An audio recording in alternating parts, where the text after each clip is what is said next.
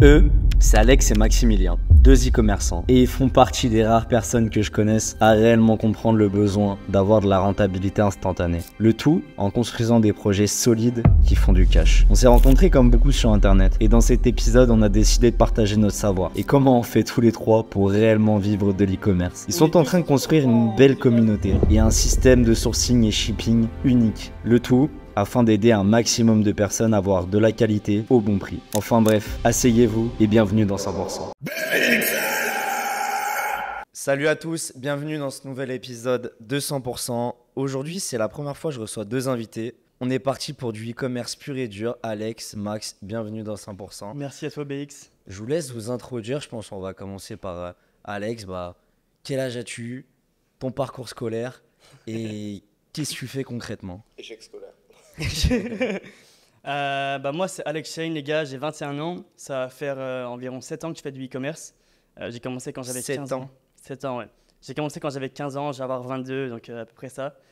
Et j'ai commencé parce que de base moi j'étais pas du tout attiré par l'argent ou quoi que ce soit. C'était plus que j'étais à une période de ma vie un peu compliquée, tu vois, et je voulais trouver un truc pour me sortir de mon quotidien, on va dire. À force de chercher sur YouTube, je suis tombé sur le e-com. Avant, j'avais fait des paris sportifs, trucs à la con, et surtout de l'achat-revente de chaussures en masse. J'avais commencé ça quand j'avais 13 ans et demi, 14 ans. Pendant 3 ans, 2 ans et demi, j'ai vraiment été nul. J'ai pas fait j'ai fait du chiffre d'affaires par-ci par-là, mais en fait, j'avais aucune vraie stratégie. Et un jour, j'ai décidé de m'y mettre vraiment au sérieux. Et c'est là où ça a commencé à exploser. Donc, à mes 18 ans, j'ai eu le bac. J'ai fait 1 mois d'école de marketing. Ça m'a pas du tout plu et du coup je me suis barré à Dubaï, je me suis expatrié. Après, juste avant, j'ai rencontré ce cher monsieur, ce cher Aude, et on a fait les 400 coups ensemble, on s'est éclaté de partout et On a voyagé. on a voyagé un peu trop dans un peu trop d'endroits, un peu trop de projets différents, mais on s'est vraiment éclaté et je suis 100% passionné par ce que je fais, j'adore ça, je vis pour ça, je dors pour ça, toujours focus sur ça. Voilà, maintenant je me retrouve enfin du cher monsieur Vincent Bicente pour ce cher podcast et merci beaucoup frérot. Au plaisir, Max. Non, très bonne intro, Très bonne nouvelle. Alex. Moi, les gars, c'est Road to 8 Fig sur Twitter et sur les réseaux. Du coup, je m'appelle Max, Maximilien de mon vrai prénom, mais appelez-moi Max. Et frérot, moi, j'ai commencé le e-com 2020. 2020, premier confinement, en fait. Dès que ça s'est enfermé, c'est là où j'ai commencé à vraiment découvrir Shopify. J'ai fait un petit peu de chiffre d'affaires à cette période-là, mais c'était très maigre. Et un jour de septembre 2020, du coup, au SFOS, s'il y en avait qui étaient au SFOS, j'ai rencontré Alex. Et là, on s'est pas mal connecté niveau business. Et c'est là, ça a débloqué pas mal de choses pour moi. Après, j'ai commencé à bien chiffrer. J'ai une première marque sur le marché français sur lequel j'ai fait pas mal d'argent. Ça m'a coûté quelques petits problèmes aussi parce que j'étais pas encore ultra carré sur tous les points et pas prêt à avoir un gros volume. Ça a amené la DGCRF, pas mal de problèmes derrière. Et après, énormément de hauts et de bas, du coup de 2020 à 2024. Et là, on va dire que ça fait un an et demi, 2 ans que tout se passe plutôt bien, que justement tout est stable. Il y a eu une grosse période où c'était vraiment les montagnes russes, mauvaise gestion financière, mauvaise gestion tout simplement de nos vies. En fait, on faisait pas du business, on était là, on était amateurs, on faisait des trucs juste pour le kiff. Et après, un jour, on s'est mis vraiment business. C'est là où moi, j'avais monté ma première marque. Max avait monté la sienne. Après, on s'est associé sur une marque ensemble. Et on voilà. était en mode seul, en fait, au début. Ouais, voilà. Comme tout le monde au début, je pense, dans le business. En vrai, tu commences, tu fais tes premières conneries, etc. Et après, tu comprends ce que c'est vraiment le game, quoi.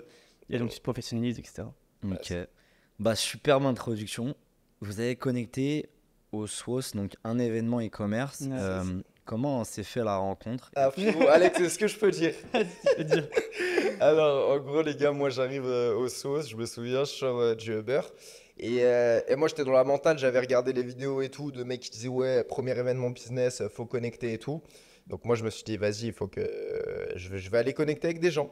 Et je vois un petit gars dans la file. Je me souviens, je crois, je me souviens comment tu t'es habillé. Tes chaussures Yeezy que tu as jetées il y a 3 mois. Tes chaussures Yeezy, t-shirt oversize, fume une clope. Du coup, j'arrive, je fais ouais, frérot, ça va et tout, enchanté, tu veux une cigarette pour moi? Maman, j'ai arrêté, je te jure. Maman, j'ai arrêté. Il n'y a plus de cigarettes. Mais et du coup, ça s'est passé comment sur un refus de cigarettes? Je les recale. Il me restait plus beaucoup de clopes. Et après, du coup, on a parlé, on s'est connecté et on a fait tout l'événement ensemble en fait. Ouais. Et après, on a rencontré d'autres gars, etc. Mais c'est vraiment avec Max que j'ai accroché le plus. Voilà, après on s'est parlé On est resté en beaucoup. contact, on habitait à côté, du coup on a commencé au début vraiment, on restait ensemble, on avait chacun nos business. Ça a commencé en fait à exploser vraiment cette période. Moi le sauce, ça m'a fait un déclic de fou parce il me semble que c'était Vianney qui avait fait une présentation et parlait de Liberty Play sur lequel ils avaient fait 10 millions de CA en un an.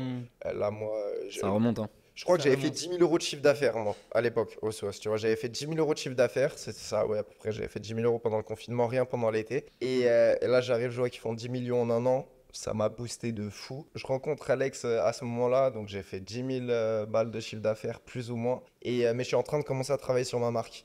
Ça veut dire qu'en fait, c'est vraiment la première boutique quasiment que j'ai faite, sur laquelle j'avais fait 10 000 euros de chiffre d'affaires. Mais juste là, je professionnalise le truc, je structure. Donc le SOS, c'était septembre. Et du coup, septembre, octobre, novembre, je fais mon premier T7K Day le jour du Black Friday. Et donc, grosse évolution et énormément liée au coup de boost que j'ai eu. Et en fait, juste le fait de voir que c'était possible. Et après, le fait d'avoir aussi beaucoup échangé avec Alex, qui à l'époque était à un niveau plus avancé que moi. Toi, tu avais fait déjà un petit peu plus de chiffres. J'avais commencé il y a plus longtemps aussi, ça faisait quoi, 3 ans que j'en faisais déjà, Ouais, je pense. c'est ça. J'avais fait, il y avait déjà mon gros shop qui était sorti, non? Oui, je Non, crois que après, ton premier gros shop, c'était justement ah oui, après c'était notre juste, rencontre, c'était après notre où rencontre, tu oui, étais tout parti ça, à ouais. Dubaï et tout. Et même moi, tu vois, je me souviens, j'étais impressionné parce que quand j'ai rencontré Alex, tu vois, genre, moi je t'ai dit, j'avais fait 10 000 euros de chiffre d'affaires et tout. Et Alex, il lançait un shop et il avait une promo, je crois que c'était avec Jessica, genre 3 jours après où je t'avais payé 2K, je pense, pour Ouais, la j'avais promo. payé Tu vois, pour moi, du cas, déjà, c'était un truc de fou, tu vois. Je me disais, ok, le mec il pèse, tu vois. J'avais fait des promos avec Jessica, 2K et tout, Et tu j'étais vois. pas encore bien ouais, à cette époque. Mais Mais ouais, du coup, on était pas très haut, tu vois, mais en fait, on avait tellement la dalle juste on essayait de s'impressionner l'un l'autre et on a évolué comme ça et voilà quoi. Ok, au top. On va directement rentrer dans le vif du sujet, les gars, parce qu'on est là pour on veut faire de aider, l'argent, donner de la valeur, Valeur. aider les autres à en gagner. 100%. La première question est la fameuse, est-ce que le dropshipping est mort en 2024 ? On a dit le mot, moi vous savez je le prononce très rarement, je parle vraiment d'e-com, parce que pour moi C'est une c'est méthode logistique. une méthode logistique, c'est tout. Vas-y, je t'en Le prie. drop, les amis, est loin d'être mort. Ça fait presque 7 ans que je fais ça. Chaque année, le drop est mort apparemment. C'est juste que le drop évolue, le marché évolue. Les gens sont moins cons qu'avant. Le business se fait différemment. Maintenant, enfin, un business même, c'est pas t'arrives sur le marché, bredouille sans rien, tu penses que tu peux faire 5-10 KD. Non, c'est pas du tout ça. Maintenant, on se professionnalise. Le drop marche encore. Le drop, c'est une méthode logistique, comme tu disais. Ça sert uniquement à envoyer ces produits que tu ne possèdes pas en stock. Donc, le drop est loin d'être mort. Le drop a de très beaux jours devant lui. Comme dit Alex, le drop, il a jamais été aussi vivant. Et c'est justement pour ça qu'on a ce débat de dire le dropshipping est mort. C'est que c'est tellement un business rentable c'est tellement un business model qui est rentable et qui génère énormément de cash, qu'il y a un afflux de personnes énorme qui va dessus. Mais c'est parce que c'est comme la course à l'or, en fait. Et tout simplement, c'est juste un process logistique. Et derrière, comme tout business où il y a beaucoup d'argent, forcément, ça amène de la concurrence.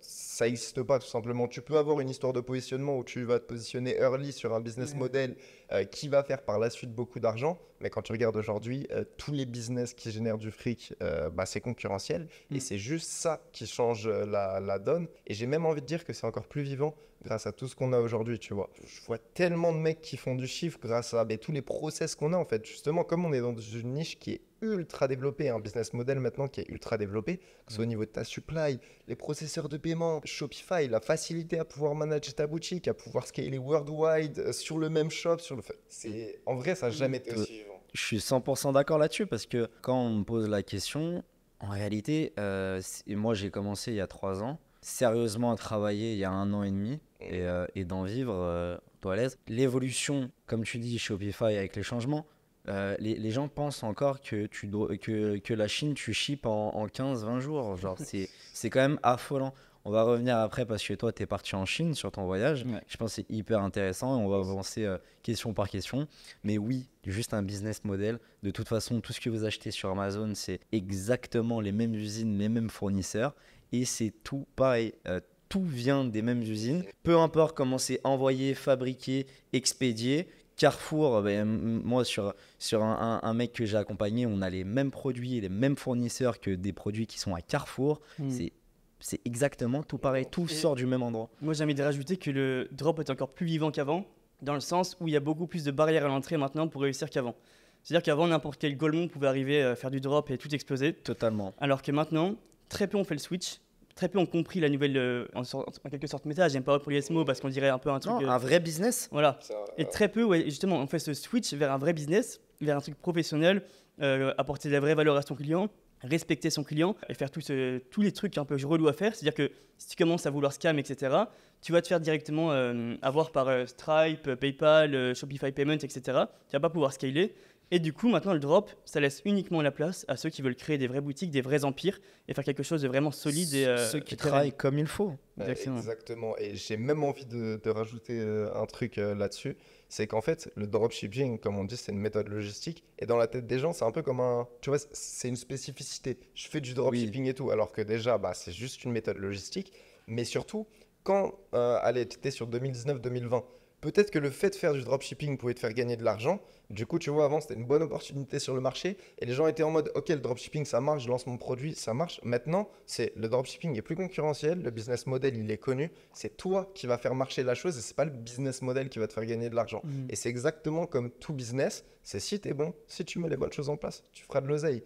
Et c'est plus ce truc de, OK, je fais du dropshipping, donc je fais de l'argent. Mais je fais bien du dropshipping, je fais de l'argent. En fait, j'ai l'impression qu'on a juste passé, bah déjà, avec les changements iOS 14, Facebook et tout ce qu'il y a eu, bon, ça commence à dater maintenant, mais il y a eu une vraie cassure, il y a une vraie barrière à l'entrée, surtout sur les processeurs paiement, et tant mieux, parce qu'en vrai, il n'a jamais été aussi possible de faire de l'argent en e-commerce Ça a quand jamais tu été si simple. travailles. Exactement. Peut-être pas simple, tu vois, parce que je trouve ça C'est minimum dur, mais c'est vrai. Je pense que comparé à l'époque, entre guillemets, d'âge d'or, bon, il y a une époque où tu mettais, je ne l'ai pas connu personnellement, mais tu mettais je ne sais combien sur Facebook Ads, À cette époque, c'était vraiment simple, mais je pense que comparé plutôt il y a un an et demi, c'est plus simple qu'il y a un an et demi. Genre. Mais c'est ça. Maintenant, il y a de la bonne barrière à l'entrée.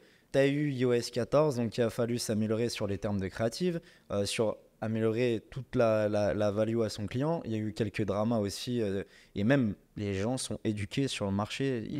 Ils achètent un produit pour une marque e-com, pour quelque chose de poussé, et non pas pour une babiole, entre guillemets, qu'on voyait sur des anciens 100%. placements.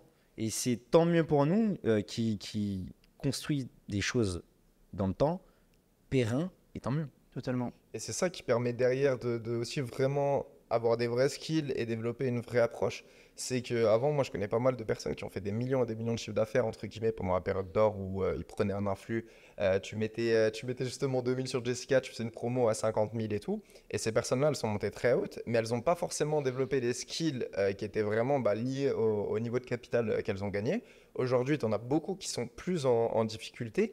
Et ça, en vrai, c'est un vrai avantage maintenant. C'est t'apprends vraiment à faire du business et c'est des skills qui vont te rester à vie. J'ai envie de te dire, c'est un petit peu, ça revient en loi universelle. Tu vois, genre quand tu fais du commerce, c'est quelqu'un qui va te donner sa confiance pour un produit et tout. Et avant, et même moi, hein, tu vois, je suis pas du tout en train de cracher sur ce qui se passait avant parce que j'avais cette approche-là. Au début, j'étais, vas-y, il faut que je fasse du cash. Je fais mon dropshipping. Je mass test. Ou je mass test. Voilà, le client, tu vois, c'était pas ma priorité. J'étais là pour réceptionner l'argent. Ça n'a jamais fonctionné quand j'ai fait ça. Voilà, tu vois, moi justement j'ai fait un peu d'argent, mais cet argent je l'ai perdu plus vite aussi. Donc, tu vois. L'argent rapide que tu fais rentrer, peut-être il sortira très vite. Exactement. Parce que aussi, tu vois, je pense qu'on est sur un échange, tu vois, c'est un peu de l'énergie. Tu vois, quand une personne va acheter sur un site, tu vois, par exemple, une maman qui achète sur ton site, elle va dépenser 50 € sur ta boutique. Si elle reçoit son produit, le produit est de mauvaise qualité, elle n'est pas satisfaite, c'est arrivé trop tard et tout, ben, tu la peines en soi, tu vois. Donc forcément, je pense que tout ce que tu attires derrière aussi, c'est pas super bon. C'est sombre. Et quand tu mets vraiment le focus sur développer quelque chose de qualitatif, apporter la meilleure expérience à ton client, là, en vrai, ça change dans ce que tu vas gagner. Tu vas gagner beaucoup plus, ça met peut-être plus de temps à se mettre en place. Et tu seras beaucoup plus épanoui aussi. Et tu seras beaucoup plus épanoui, tu vois. Ouais. Moi, j'ai jamais été aussi heureux de faire du business, même ça me permet de voyager, etc. Alors quand tu fais de la merde de 3 trucs, tu vas pas aller en Chine pour voir si ta merde elle a bien été expédiée, quoi. Et non, et tu vois, ça c'est génial. Il y en a qui seraient capables. Hein. Ouais, il y en a qui pourraient y aller. Mais ce qui est génial, c'est qu'Alex, justement, il a ce côté ultra perfectionniste. Tu vois, tu as vu sur notre marque, les packaging, tout est poussé à fond. Et Alex, il est vraiment passionné par ça. Et moi, justement, j'aime beaucoup ça, mais je suis pas bon là-dessus. C'est pas forcément mon domaine d'expertise. Moi, je suis plus macro, tu vois, basé sur scaler. J'aime bien plutôt gérer tout ce qui est marketing. Profil vraiment fonceur. Genre, il veut vraiment tout parfois trop vite du coup. Ouais. Et du coup, c'est là où l'assaut elle a été parfaite, dans le sens, lui, il fonce. Moi, je fais en sorte que de l'arrière il soit carré, etc. Toute Exactement. l'expérience client soit incroyable. Et ça nous permet de faire des très beaux scores, quoi. Ouais, non. Ah, je vois, vous arrivez à vous complémenter de même titre qu'avec mon association et mes autres associés sur Big up, mes Hugo. projets. Ouais, Hugo et Thomas. un autre dans l'ombre. Bip, freeze. On enchaîne sur une question. Comment on choisit un bon produit? C'est quoi vos critères? Déjà, les amis, on va s'écarter du mass testing. Ça veut dire que tester, ça marche encore, j'ai envie de vous dire, parce que vous avez toujours l'effet chance, etc. Il y a toujours un moment où vous allez tomber sur un bon produit. Mais nous, dans notre approche, en tout cas, dans notre stratégie, on va vraiment se focaliser sur une niche tout d'abord. On va trouver une niche où on va devenir vraiment expert dans ce domaine. On va vraiment la poncer, etc. Après, on va trouver un produit dans cette niche. Et on va vraiment commencer à analyser en fait la globalité du marché. On va vraiment commencer à faire une bonne analyse de notre avatar client, une bonne analyse de marché pour trouver ce qu'on appelle des opportunités de marché, tu vois. En faisant un vrai travail de recherche, un vrai travail d'analyse, on va arriver à trouver un produit qui n'est pas dégueu, qui a de très bonnes stats, ce qui va nous permettre de tester beaucoup moins qu'avant. Donc, Comment tu définis ces stats-là? Comment tu pars dessus? Ouais, je pars dessus. Donc, pour rebondir, c'est vraiment focus ultra important sur une niche parce que quand tu commences, et ça fait un petit parallèle avec ce qu'on disait avant sur justement l'évolution du dropshipping, maintenant on est sur un milieu qui est plus concurrentiel. Il y a des acteurs qui sont bien implémentés. Sur chacune des niches, tu as des belles marques. Et là, c'est super important d'être expert dans ce que tu vas faire. Parce que quand tu vas développer une expertise, même si tu n'en as pas à la base, tu vois, une niche par exemple, je pense que toi, sur ta marque, tu n'étais pas expert de ce domaine, mais en te positionnant dessus, bah, tu as bouffé du contenu, tu as bouffé plein de choses liées à ça et tu as développé du coup ton expertise. Et ça, c'est le premier point primordial, les gars, c'est pensez pas qu'on est dans un glitch, devenez expert d'une niche en particulier, focalisez dessus. Après, les produits aussi, vous allez les attirer. Vous allez les attirer dans votre feed. Dès que tu t'isoles vraiment dans un personnage, entre guillemets, que tu te dis, OK, bah, par exemple, je vais prendre un exemple pour simplifier la chose. Je me dis, je vais me focaliser sur la niche des jeunes bébés, tu vois, genre de 0 à 1 an, par exemple. Bah, je vais bouffer que du content par rapport à ça. Je vais me créer un Instagram comme si j'étais une jeune maman ou un jeune papa qui a un fils de 6 mois. Je vais suivre les mêmes comptes. Je vais essayer de comprendre les problématiques. Et une fois que tu as cette expertise et que tu arrives à comprendre justement les problématiques, c'est là où en fait tu vois les opportunités de marché sur le produit et ça revient un petit peu justement à ce que tu disais. Un bon produit, c'est quand tu as justement cette opportunité de marché, mais pour la déceler, tu as besoin d'avoir une connaissance de qui une expertise, va l'acheter, quoi. C'est pour ça que le problème des gens quand ils testent 40 000 produits, c'est qu'à un moment ça va être une niche, une expertise d'un domaine, à un moment ça va être de l'autre. Et en fait, le fait de vraiment se focus sur un endroit et de vraiment devenir un expert dans cette niche, dans ce domaine, ça va te permettre de vraiment trouver bien plus facilement, comme tu dis, les opportunités et pouvoir creuser dedans, etc. Et ça te fera gagner énormément de temps par rapport à du mass testing, quoi. Donc, pour résumer, votre démarche, c'est prendre une niche en global, de devenir vraiment expert dessus. Ouais. Je suppose que vous conseillez, par exemple, si quelqu'un a été, je sais pas, fan d'animé, ouais. il peut se focus. Il faut quand même une niche qui a un gros marché. C'est totalement ça. Donc, en fait, c'est comme tu dis, c'est le mieux. Si tu as une passion, tu es consommateur d'une niche sur laquelle il y a des possibilités, tu peux y aller, tu fonces dessus. Et sinon, tu apprends tout simplement. Si tu n'as pas de réelle passion ou si par exemple, je sais pas, tu es dans une niche. Je sais pas, tu es fan de poker par exemple, tu vois, compliqué derrière d'aller vendre sur un mass market derrière, bah, tu vas choisir une niche un petit peu plus large et tu vas apprendre dedans et devenir expert dessus. Ok, donc vous utilisez la data et les problématiques que vous allez déceler une fois que vous rentrez dans une niche et vous allez chercher. Parce que par exemple, moi, ma méthode à chaque fois, c'est que je me dis, ok, genre, c'est quoi les produits mass market, mass vente, et derrière où je vais aller positionner la métrique time to market, off pricing et strat d'acquisition canal, comme je vous ai montré en live. Ouais, c'est juste que nous on positionne une niche avant pour vraiment poncer la niche et vraiment mieux la comprendre. Elle est superbe cette approche parce que pour vraiment un débutant, je pense quelqu'un qui part de zéro, il a un segment. Vous voyez, vous lui mettez une barrière parce qu'il peut, en pensant comme moi, il peut aller un petit peu de partout et vite se perdre et s'épuiser mentalement.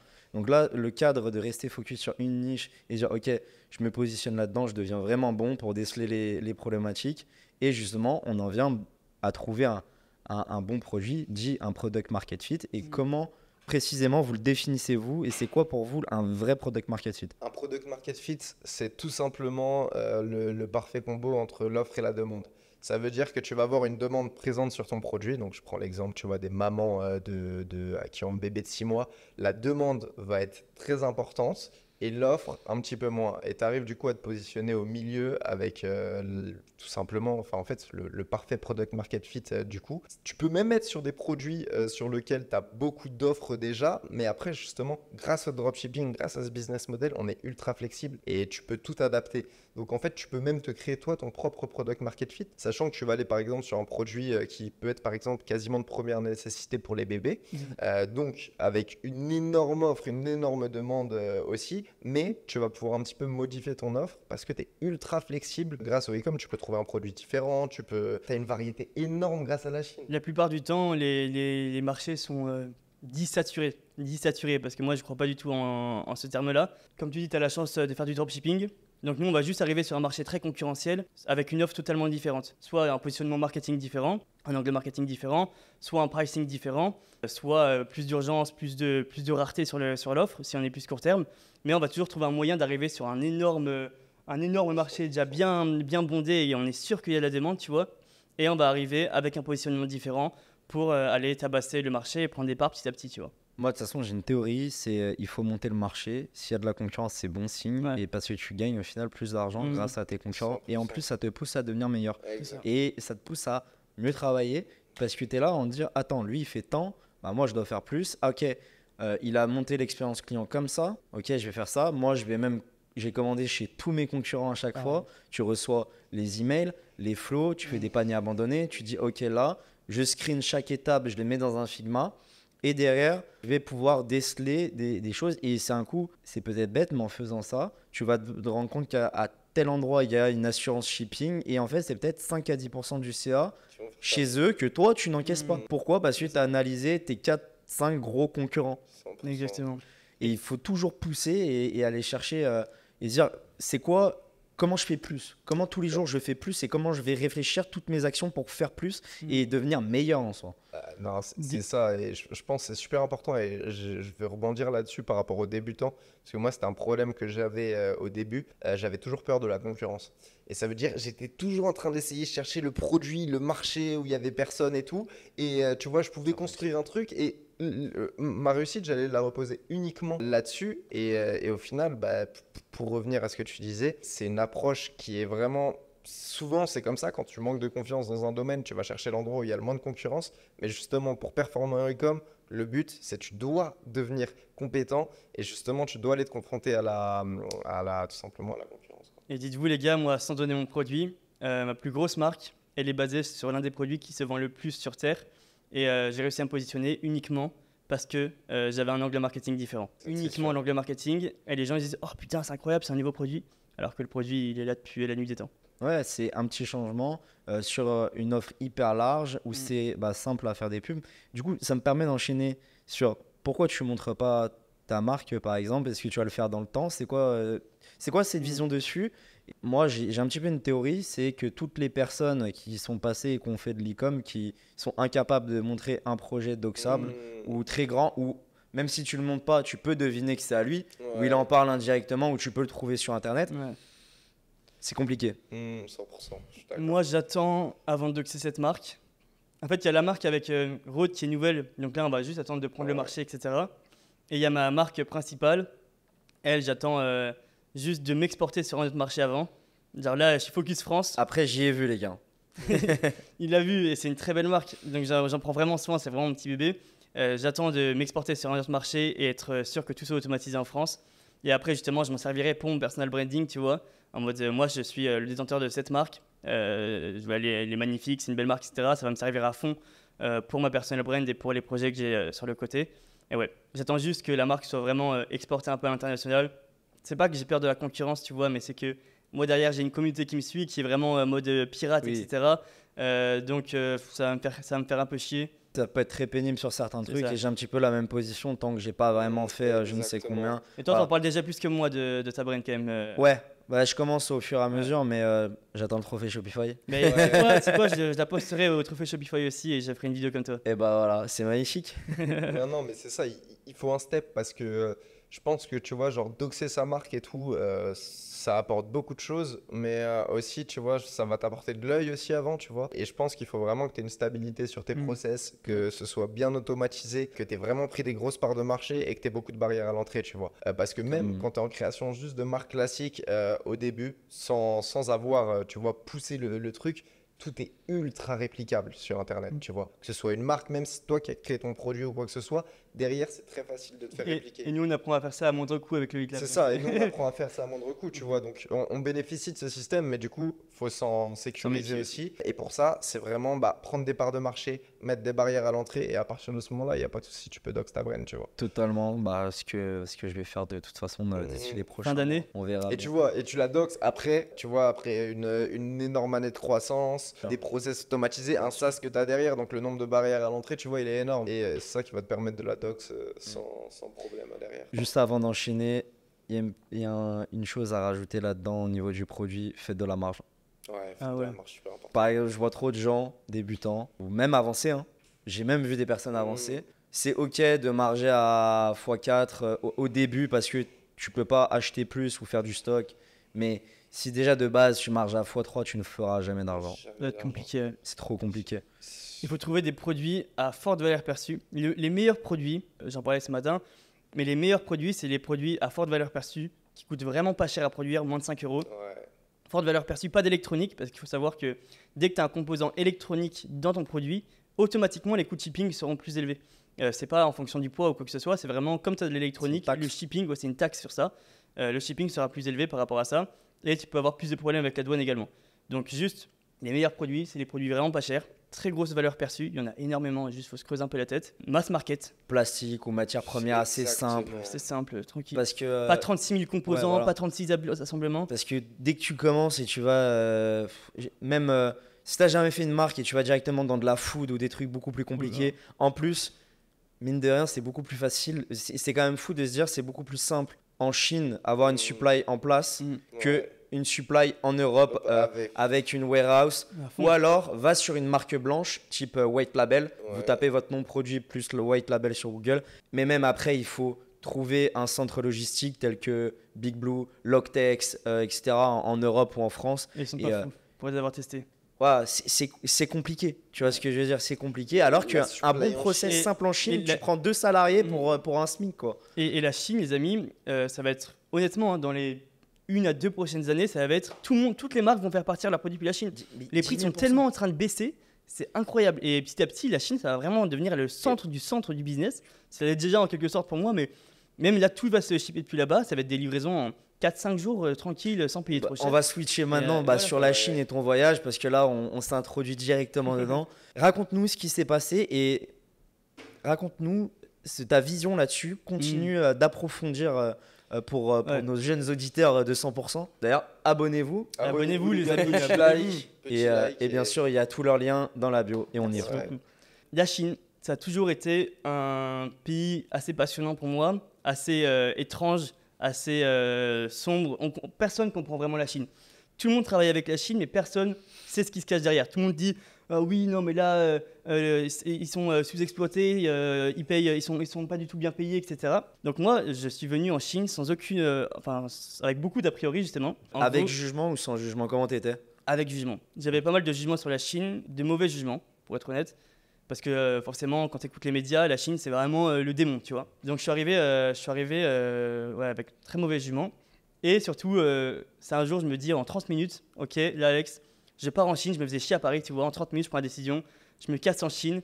Une journée plus tard, j'étais... Je vais lâcher l'anecdote parce que c'était marrant. Moi, j'étais dans le sud à ce moment-là, j'avais un Airbnb dans le sud. Je suis à la plage en train de bronzer, il commençait à faire chaud, c'était il y a un mois et demi. Quelque chose comme ça. J'avais un podcast dans les oreilles, là j'ai Alex qui m'appelle, il me dit frérot, pars à 11h demain au Chine. Qu'est-ce que tu me racontes Je suis là, je suis en train de bronzer, j'ai mon Airbnb, laisse-moi tranquille gros. Et au final vraiment, le lendemain matin, 11h, il était dans l'avion pour la Chine. Et du coup, j'arrive en Chine et là, je découvre un endroit mais ultra étrange. J'avais jamais vu ça encore. En fait, c'est un mélange de Dubaï en mode mass production. Tu vois, c'est un peu... Tu étais où ? Je suis arrivé à Guangzhou. Guangzhou, c'est un peu avec Shenzhen, vraiment la zone mère pour la création de produits, etc. Tu vois. il y a différents cantons en fonction de la qualité des produits, en fonction de comment sont payées les personnes, etc. Moi, je suis arrivé à Guangzhou et c'est vraiment magnifique. Ça veut dire que tous les gens sont ultra sympathiques avec toi, tout est propre, tout est clean et tu sens qu'en fait, tu sens pas le business à proprement dit, mais tu sens, comme disait David sur Twitter, la création de PIB. Genre, tu vois des énormes usines qui produisent en masse, etc. Tu vois des cartons partout, tu vois des mecs qui sont acharnés sur leurs trucs, etc. Et c'est vraiment impressionnant quand tu arrives. Et du coup, j'ai fait environ 10 jours en Chine, moi. J'ai pas mal voyagé, j'ai visité environ 15-20 usines au total. Et déjà, tous les trucs, on se dit, ils sont exploités là-bas, etc. Pas du tout. Ils sont ultra bien acceptés, etc. Ils travaillent dans des conditions normales. Ils font 8 heures de travail par jour, tu vois. Ils sont vraiment carrés. Ils rigolent entre eux, ils mettent de la musique, etc. C'est vraiment une bonne ambiance, tu vois. En plus, je suis arrivé à l'improviste, donc c'était pas prévu, etc. Et voilà. Je pense que dans les médias, nous, on parle beaucoup juste des dérives. Forcément, comme dans tout pays, il y a des dérives. Il y a des trucs pas belles, les Ouïghours, etc. Forcément, tout ça, c'est des choses qui existent, qu'il faut pas oublier. Mais c'est pas du tout présent et c'est pas du tout une généralité. Je pense que là, justement, pour vraiment te point en valeur sur le sourcing, ce serait intéressant que tu développes là-dessus. Ou moi, le premier retour que tu m'avais fait au téléphone, c'est que justement, à Shenzhen, tu vois, au niveau de l'éthique de travail et tout, c'est très correct. En fait, la Chine, c'est divisé en plusieurs zones. Et chaque zone correspond à une qualité de produit. C'est-à-dire que tu vas avoir les 3 zones principales, ça va être Shenzhen, Guangdong et Guangzhou. Si tu fais produire là-bas, tu es sûr que tu n'auras aucun problème avec les travailleurs, etc., que tu n'auras aucun problème avec de l'exploitation, et parce que là-bas, c'est là où les salaires sont les plus élevés. Et les salaires sont les plus élevés à Shenzhen en premier, donc là, c'est là où il y a vraiment la meilleure qualité de travail. Et même de production, c'est-à-dire que si tu fais produire à Shenzhen, c'est un peu un gage de qualité, on va dire, tu vois. Ensuite, il y a Guangzhou. Guangzhou, pareil, excellent. Un peu moins cher que Shenzhen, parce que Shenzhen, mine de rien, c'est assez renfermé, c'est assez petit, tu vois. Après, il y a Guangdong. Là, tu as des meilleurs prix. La plupart des usines se mettent là-bas parce que c'est moins cher, etc. Mais ça reste les 3 zones vraiment cool et tu es sûr que tu n'auras pas de problème. Après, par contre, tu vois, il y a un problème que je trouve assez important en e-com, c'est que tout le monde veut avoir des meilleurs prix pour le sourcing. Et du coup, en fait, ça crée une sorte de très mauvaise chose, un truc vraiment sombre, dans le sens où les agents ils sont toujours obligés de trouver moins cher. Et donc, petit à petit, ils vont arrêter de se fournir à Guangzhou, à Shenzhen, parce que les prix sont trop élevés. Mais à cause de la concurrence, ils vont aller plus en plus loin dans la Chine, de plus en plus... là où il y a des personnes là où on ne sait pas trop ce qui se passe. On ne sait pas si elles sont exploitées ou pas, mais c'est moins payé, ça c'est sûr. C'est plus reculé, c'est beaucoup moins contrôlé. Je pense qu'il y a bien quelque chose entre nous. Forcément. On ne peut pas le nier aujourd'hui. Oui, non, mais il y a de la dérive, ça c'est sûr. Et c'est pour ça que moi, je pousse fortement les personnes à aller vraiment travailler à Guangzhou, à Guangdong, à Shenzhen, etc. Avec un service qu'on a créé récemment, le A-Club Sourcing. Justement, nous, on essaye d'un peu prévenir les gens par rapport à ça. Leur dire, bah là, il y a ce prix-là, mais c'est parce que c'est cette zone-là, tu vois. C'est un petit peu sombre et il y a un point noir face caché. On bloquera, tu vois, là, tu vas repartir en Chine, on va plus se renseigner là-dessus parce que même, tu vois, genre si on a un service de sourcing, mettre à disposition des prix plus bas, mais derrière, si les conditions de travail sont dégueulasses. Justement, si quelque chose de trust et de fiabilité, on ne peut pas descendre. Les gars de c'est des gens exploités. Les effarés tout le temps avec l'OFM, les frérots, c'est bien beau de faire la morale aux gens pour l'OFM, mais essayez de pas sourcer moins cher parce que souvent vous faites des morales sur place publique juste pour bien vous faire voir alors que derrière potentiellement vous exploitez des personnes. Donc voilà, c'est un bon rappel et c'est un bon apport de connaissances. Et moi par exemple, je suis une personne qui travaille avec nous est partie sur place pour vérifier, nous envoyer des photos, des vidéos. J'ai pas eu la chance parce que j'étais sur Dubaï pour aller visiter, mais c'est sûr, j'irai un jour comme on en a parlé. Et c'est hyper important que même si vous ne pouvez pas y aller directement, soit vous envoyez une personne qui travaille avec vous, soit vous appelez votre agent, etc. en visio, vous lui demandez plus de vidéos, vous regardez. Vous les appelez. Vous mettez une puce à l'oreille. Il faut les appeler, mais sans les prévenir. Ouais. Ça, c'est super important. Il faut les appeler en visio sans qu'eux soient préparés. Comme ça, ils vont vraiment montrer la réalité des choses. Il y a aussi un truc que les gens ne savent pas. En Chine, il y a énormément de compagnies de trading, de traders. C'est-à-dire que ça va être des intermédiaires qui vont se faire passer pour une usine pour vous vendre des produits. Et donc, ils vont tout simplement toucher des belles marges sur vous. Je ne dis pas que c'est forcément mauvais de bosser avec un trader, mais uniquement si vous le savez. Parce qu'un trader, ça va très bien connaître la Chine, donc ça pourra potentiellement avoir des meilleurs prix que ce que vous allez avoir. Mais justement, si vous poussez vraiment les process, vous pouvez totalement travailler uniquement avec des usines compétentes. Et quand tu commences à te faire un bon réseau avec une usine, moi ça faisait 2 ans que je travaillais avec une usine, je suis allé en Chine, je me suis fait pote avec le patron et du coup j'ai pu encore plus négocier mes prix, etc. Et j'aurais pas pu faire ça avec un trader, tu vois. Et aussi ce que j'ai envie de dire, c'est un peu pour revenir par rapport à mon voyage en Chine, je suis arrivé en Chine, tu vois, et je me suis vraiment fait pote avec le patron d'une usine. Ça, c'est un peu l'importance de son réseau, l'importance du réseau et l'importance d'être gentil et profondément vrai avec les personnes que vous allez rencontrer. Parce que ce mec, il a adoré comme j'étais, tu vois. Et du coup, instantanément, il m'a fait confiance et il m'a présenté tout son entourage, tout son réseau, etc. Plein de différents chefs d'usine. Et du coup, j'ai pu vraiment rentrer dans les process de la Chine, rentrer, découvrir comment c'était. Et du coup, je me suis fait un avis plutôt honnête parce que j'ai vu les choses s'écouler tranquille. C'est pas une personne qui m'a guidé, qui m'a montré ce qu'il voulait montrer. C'est vraiment la vie qui m'a amené en Chine, qui m'a fait découvrir les trucs. Je peux vous dire que c'est un pays vraiment merveilleux. C'est un pays exceptionnel. Je vais y retourner et je vais faire une bonne partie de ma vie là-bas. Là, je commence à prendre des cours de chinois pour vraiment essayer de parler la langue, etc. Et de... Grand monsieur. C'est vrai que la première chose quand on s'est vu à Dubaï, il m'a fait non, attends, on va manger chinois. Genre, il a pris un plateau de chinois. Genre, il m'a pris. Je n'avais pas le choix. Je suis allé chez eux, c'est pareil.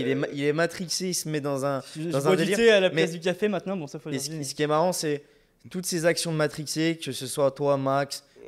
Toi Alex ou même moi, on a tous des phases un petit peu de matrixé et pour choisir un petit peu cette vie-là, il faut être matrixé. Il faut être un peu chelou les gars. On est tous un peu fous. Oui. C'est un peu bizarre. On racontera pas comment j'ai créé. Moi je veux l'anecdote les gars. Il y a une anecdote pour vous. Je la raconte de manière extérieure ou tu veux... Vas-y, je te raconte de manière extérieure. Alors les gars, je rebondirai dessus. Du coup notre marque avec Alex, donc c'est Alex, hein, tout le mérite revient à lui au niveau de la conception et tout. Et il a voulu du coup créer son produit. Il a pris un designer et en fait il s'est mis dans la tête d'un personnage. Donc le fondateur de cette marque, il s'est vraiment mis dans la tête d'un personnage qui n'était pas lui et il a changé totalement son style vestimentairement. Pendant combien de temps? Pendant une semaine. Une semaine, c'était vraiment... Ouais, non, même c'était un peu tout la Malaisie. Hein. Ouais, mais vous étiez en Malaisie. On était en Malaisie, les gars. J'ai créé là-bas cette marque. On avait, au début, en plus, on était dans un bel hôtel, justement, et Alex, là, totalement fou. Ça veut dire qu'un jour, il revient en shopping avec des sacs H&M. Il s'était racheté totalement une nouvelle garde-robe, tu vois. Il avait le même jogging en 3 couleurs différentes. En fait, tous les jours. Dans mon personnage, le fondateur de la marque, en fait, ce que j'ai fait, parce que là on prend pour un fou, mais ce que j'ai fait, c'est honnête. C'est que pour créer une marque, j'aime bien parce que moi je crée des univers autour des marques, tu vois. Je crée des univers, et pour créer cet univers, j'avais besoin de créer un univers un peu sombre, un peu artistique, vraiment un peu fou, tu vois. Très minimaliste, vraiment un bel univers. Et du coup, dans mon personnage, le mec, il avait par exemple 3 bonnets, mais 3 fois le même bonnet. Okay. Du coup, je suis allé à H&M, j'ai acheté. J'ai trouvé un skin. Et je me suis créé un personnage, créé une mentale. Et pendant 10 jours, le temps de créer vraiment la marque et toute la vision de la marque, je me suis mis dans ce personnage. J'ai réussi à m'y mettre vraiment en mode à fond. Putain, ouais, Max, il me voyait en Malaisie alors qu'il fait chaud. Gros pull à capuche oversize, avec un bonnet et avec un pantalon, un gros jogging, avec un casque, avec de la musique japonaise. Mais après, c'est génial parce que tu t'isoles du coup dans un personnage et toi, ta grande qualité, Alex, c'est justement la créativité, ce côté un peu foufou, tu vois, où il n'y a pas de barrière dans la tête, tu vois, c'est ok, on va faire ça comme ça et tout, franchement, c'est une grosse qualité au final parce que ça te permet. C'est ce qui met de la barrière à l'entrée sûrement et c'est ce qui fait la différence quand on parle de vision ou de marque et tu dis pas juste oui je fais du dropshipping ou je ne sais quelle connerie. Non, tu crées un business, tu vois. Tu crées un business et tu te reposes sur une forme de supply, de logistique où tu vas aller sourcer, où tu vas aller sur place. Et c'est quoi la théorie pour revenir dessus sur comment la Chine va dépasser l'Europe en termes de supply et comment toi tu vois l'avenir pour finir brièvement. Et après je pense qu'on peut enchaîner sur tout ce qui est testing et comment on fait pour valider tout ça. Alors moi, pour avoir visité 2 centres logistiques en Chine, de mastodontes en Chine, j'ai pas mal discuté avec eux justement pour le Hate Lab Sourcing, etc. On va en parler. J'ai pas mal parlé avec des gros centres logistiques et ils sont tous unanimes pour dire que ça va de plus en plus vite, c'est de moins en moins cher. Et en fait, quand tu vois leur process là-bas, il y a une vidéo YouTube sur ma chaîne, donc allez vous abonner sur ma chaîne. Il y a un bon vlog, de toute façon, il y a tout en dessous. Il y a un prochain vlog qui sort, et c'est vraiment, en fait, ils ont créé un process à l'intérieur de leurs usines, de leurs mastodontes, qui fait que tout est automatisé et tout est beaucoup moins coûteux que ce que ça devrait être, tu vois. Alors qu'en France, ils vont être plus être à l'arrache, bourrin, etc., à l'ancienne, tranquille, et ils ne créent pas encore de vrais process. On sait bien processiser, mais en Chine, ils ont vraiment cette manie de faire les choses ultra processisées et ultra puissants. Et surtout, ils ont de bien meilleurs prix qu'avant. Et je regardais pas mal d'interviews et ça va encore continuer à baisser, tout simplement parce qu'il y a beaucoup plus de demandes qu'avant, qu'ils arrivent à trouver des accords, etc.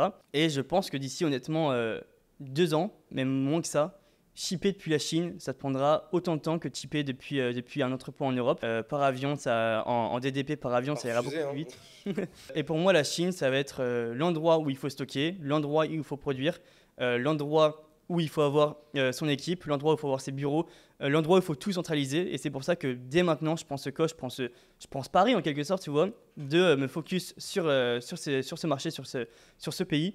Parce que pour moi, tout va venir de là-bas, tout va partir de là-bas. Si tu es en place là-bas, si tu es bien plug rapidement en Chine, tu auras un énorme avantage concurrentiel par rapport aux autres. Vraiment, tu penses qu'il faut investir dans sa supply et dans son réseau. Et en vrai, c'est le réseau, la connaissance et connaître la culture, comment ça se passe réellement.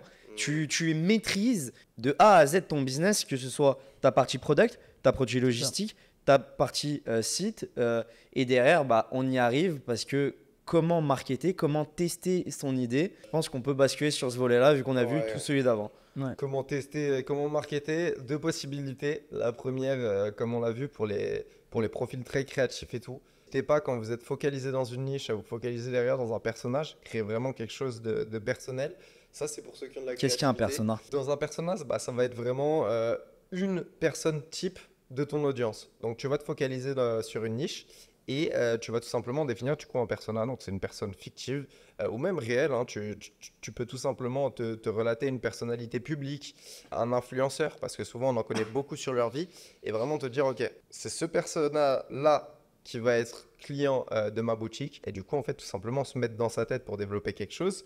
Si tu as un côté très créatif comme Alex, justement, tu peux créer tous ces univers. Et si tu es plus cartésien, rationnel comme moi, tu vas tout simplement aller voir ce qui se fait le mieux dans ta niche. Tu vois, les acteurs qui sont tout simplement le mieux rockés dans ta niche et qui font le plus d'argent.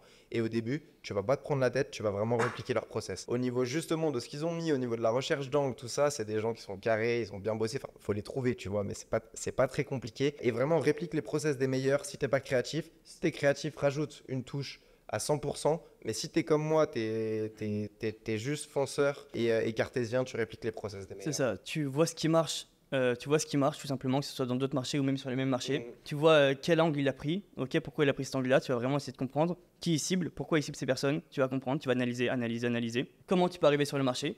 Est-ce qu'ils ont un branding puissant? Est-ce qu'ils sont plus dans l'agressivité? Est-ce qu'ils sont plus sur un angle de marketing alors qu'il y aurait un autre angle qui aurait été bien plus cool à prendre?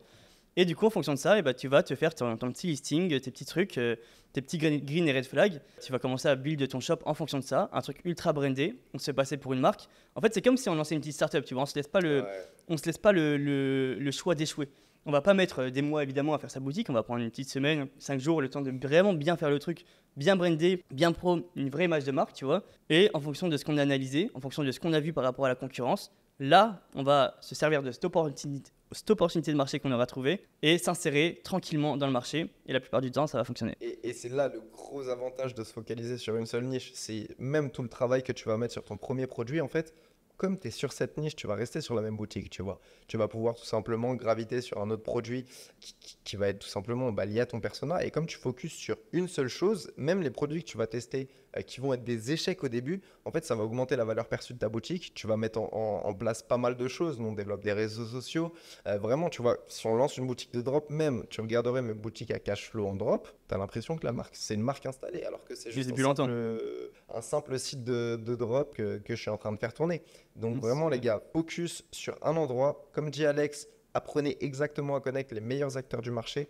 Et petit tips, vraiment, ce que vous pouvez faire, les gars, c'est un listing de tout ce qui est positif chez eux. Donc, tout ce qui, en se mettant dans la tête du client, les gars, pas vous ce que vous pensez, mais vraiment, reprenez votre persona et à la place de votre persona, qu'est-ce que vous trouvez positif et qui peut vous pousser à l'achat? Donc ça, allez voir les commentaires sur Amazon, allez voir les commentaires sur Insta, TikTok, groupe Facebook, partout. Bouffez de la data sur le client et aussi listing de toutes les objections et tout ce qui est négatif. Et c'est là où être un expert, ça va beaucoup nous aider aussi. Exactement. Comme on dit au début. Tout se retrouve. Totalement. Et par exemple, sur le copy ou copywriting, donc comment ils vont écrire les publicités, pourquoi ils vont cibler telle problématique. Et même, on se sert des mauvais avis pour pouvoir répondre aux objections et faire sa page produit. En fait, ce que je dis à chaque fois, Tout est disponible sur Internet si tu fouilles comme il faut. Et la première chose à faire, tu regardes le trafic du site web, SimilarWeb. Tu regardes d'où vient leur principal canal d'acquisition. Tu mets des coups de CB pour comprendre qu'est-ce qui se passe. Et à force de faire ça, pareil comme d'hab, constance plus travail sans arrêt dans la même niche pendant 1 an, ça paye. C'est impossible. Ça paye. C'est impossible que ça marche pas. Les gars, c'est pas un glitch. Tu vois, si demain, t'es tout maigre, tu vas à la salle pendant 1 an, tu suis un programme bien de manière rigoureuse, tu te fais une prise de masse de manière propre en suivant des personnes qui ont les résultats que tu veux, tu auras ton physique ou du moins tu auras des progrès. Peut-être pas en 1 an, mais en 2 ans, etc. Tu vois. Et en fait, la métrique la plus importante, c'est de ne pas échouer et surtout de se remettre en question, enfin de ne pas abandonner, excuse-moi, et surtout de se remettre en question et d'analyser tout le temps, quoi. Si t'es pas là où tu veux être, c'est tout simplement que tu n'as pas mis les bonnes actions en place. Et il faut être ultra rationnel avec ça. Et c'est compliqué au début parce que ça te demande de mettre son ego de côté. Mais si, en fait, aujourd'hui, tu es la personne qui reflète tout simplement tes actions passées. Donc, frérot, si tu n'as rien sur ton compte en banque, c'est que tout simplement, tu n'as pas mis les bonnes actions pour créer de la richesse et créer de la valeur. Et c'est super important. Et de la qualité. Et de la qualité, exactement. Et justement, pour revenir à la qualité, petite parenthèse, nous, notre méthodologie de travail, tu vois, c'est on va commencer par trouver un produit en dropshipping. Donc, on va vraiment le tester en dropshipping basique, sans aucun branding, etc. Après, on va transitionner en semi-marque. Sans branding sur le produit. Oui, branding sur le site, évidemment. Du coup, pour redéfinir et bien expliquer, en gros, leur méthode, c'est prendre quelque chose qui existe déjà, le tester en vite fait. Si ça répond déjà et il y a des bonnes statistiques, il y a un gros potentiel d'exploser. Donc, ça veut dire que déjà, tu jettes à la poubelle tout ce qui ne fonctionne pas. Du coup, tu prends un truc qui fait déjà du cash et tu l'adaptes. Ce n'est pas le travail inverse où tu vas aller chercher quelque chose qui n'existe pas en modèle startup comme la plupart des DNVB françaises qui lèvent des fonds qui ne sont pas rentables. Nous, on a le schéma inverse. On teste en mode pirate mais clean. Ensuite, et après, ça s'adapte. Ensuite, on passe en semi-marque. Donc, on va commencer juste à garder le même produit encore. Mais on va le brander. On va faire un beau packaging. Les gens ils vont vraiment être satisfaits quand ils vont recevoir le produit, alors qu'avant, il n'y a pas de packaging, etc. Il y a juste un beau site, donc ils peuvent se sentir un peu arnaqués.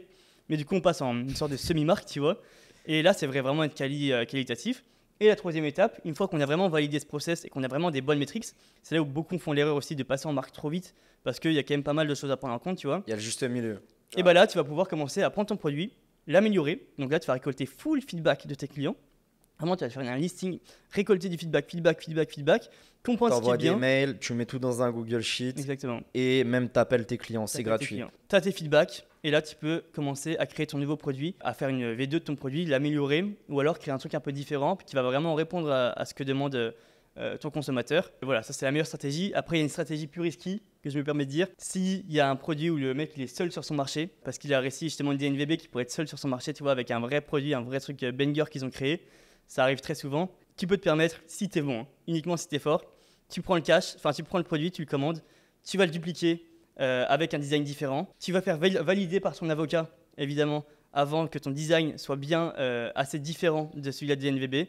Ou tu te positionnes sur un marché sur lequel ils n'ont pas déposé encore. Ouais, mais souvent les designs, c'est quand même déposé worldwide ou même en Chine. Donc tu fais quand même attention à ça pour pas avoir des problèmes avec eux. Et là, tu arrives sur un marché avec une énorme demande, tu divises par 2 le prix. Tu prends le marché comme ça, comme tu vérifies comme la une marge flèche. quand même. Tu vérifies la marge, évidemment. Et tu vérifies que la DNVB, son business model est rentable. Basé sur la rentabilité et pas sur la valo. Ouais. Parce que ça, il y en a marre. Il y en a marre. J'ai dupliqué une fois une mauvaise marque qui était basée sur la valo plus que la renta et je me suis fait baiser comme ça. Ah, tu t'es dit, où est l'argent? Ouais, Parce pourquoi que nous, c'est ça. on fait du money in, on veut être rentable en call traffic. oui. Alors, pour être rentable en call traffic, c'est quand vous lancez vos pubs au début. Si vous fixez par exemple un ROS moyen, ok, genre. Je préfère avoir, et de toute façon quand tu scales à grosse échelle, c'est impossible d'avoir des ROS de zinzin, surtout sur le marché US. Si tu dis ok, mon ROS moyen où je pilote un petit peu comme ça, tu trouves le bon compromis, ok je peux scaler, je reste à un 82 de ROS constant, c'est un bon ROS, tu vas équilibrer, tu réalimentes, pourquoi? Parce que tu fais rentrer des leads, derrière tu les réupsell, tu vends d'autres produits. Pourquoi? Parce qu'on maîtrise notre niche, on est capable de lui revendre d'autres choses. Il est content, pourquoi? Parce qu'il a un bon produit, à un bon prix, une bonne qualité. Du coup, en fait, c'est simple derrière de lui revendre quelque chose. Et tout part. Et ça, les gars, être rentable en call, ça doit être le premier métrique. Et il n'écoutait pas les gens. Il faut être rentable en call. Tu dois être rentable Genre, en call.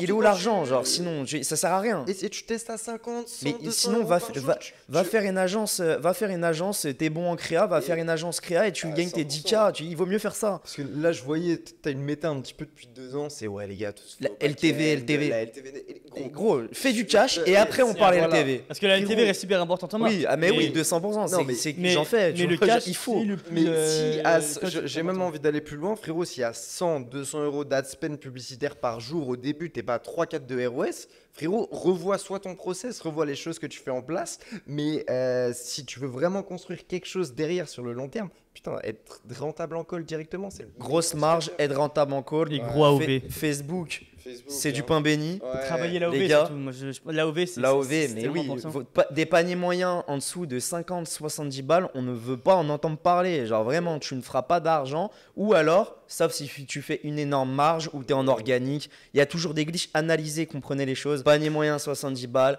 des grosses marges, la bonne stratégie. Là, on Un vous bon a donné branding. on a donné des bonnes pépites, franchement. Franchement, c'est une jolie masterclass. Hein. Tu revisionnes ça, tu te prends des notes, gros. Ça va être, ça va Je être pense pas que ça a mal, dû je pense. débiter. Il y a eu beaucoup de choses qui sont passées. Et où est-ce qu'on peut vous suivre? On peut nous suivre sur YouTube maintenant.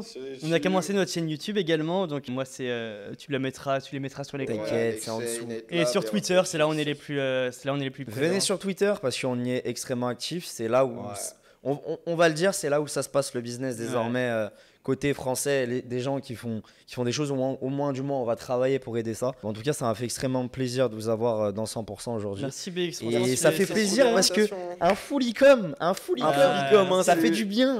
Tu partais un peu là, je te voyais. Ah, je bouillonnais là, je C'est voulais ça, frérot. rajouter. On reste concentré ici. Full.com. Non, non, C'était un incroyable, plaisir les gars. frérot et voilà peut-être. Et qu'on puis, fera une deuxième au plaisir de refaire des choses en commun et De puis ouf. montrer que avec les bonnes choses, du bon travail, en restant clean, il y a des choses à faire sur ce marché. L'e-com FR n'est pas mort. L'e-com FR Et c'est que le début, la new gen est peut-être là. Elle est là, je vous le dis moi les gars, on va La new gen, elle est là. les Les gars, gars. vous allez nous voir, on va tout prendre. Vous allez pas arrêter de nous voir, on va build des choses incroyables. Et venez, Et, parce qu'il y a venez, belles choses en préparation. Et on va Et la emmener new du gen. monde avec nous. On peut pas trop en dire.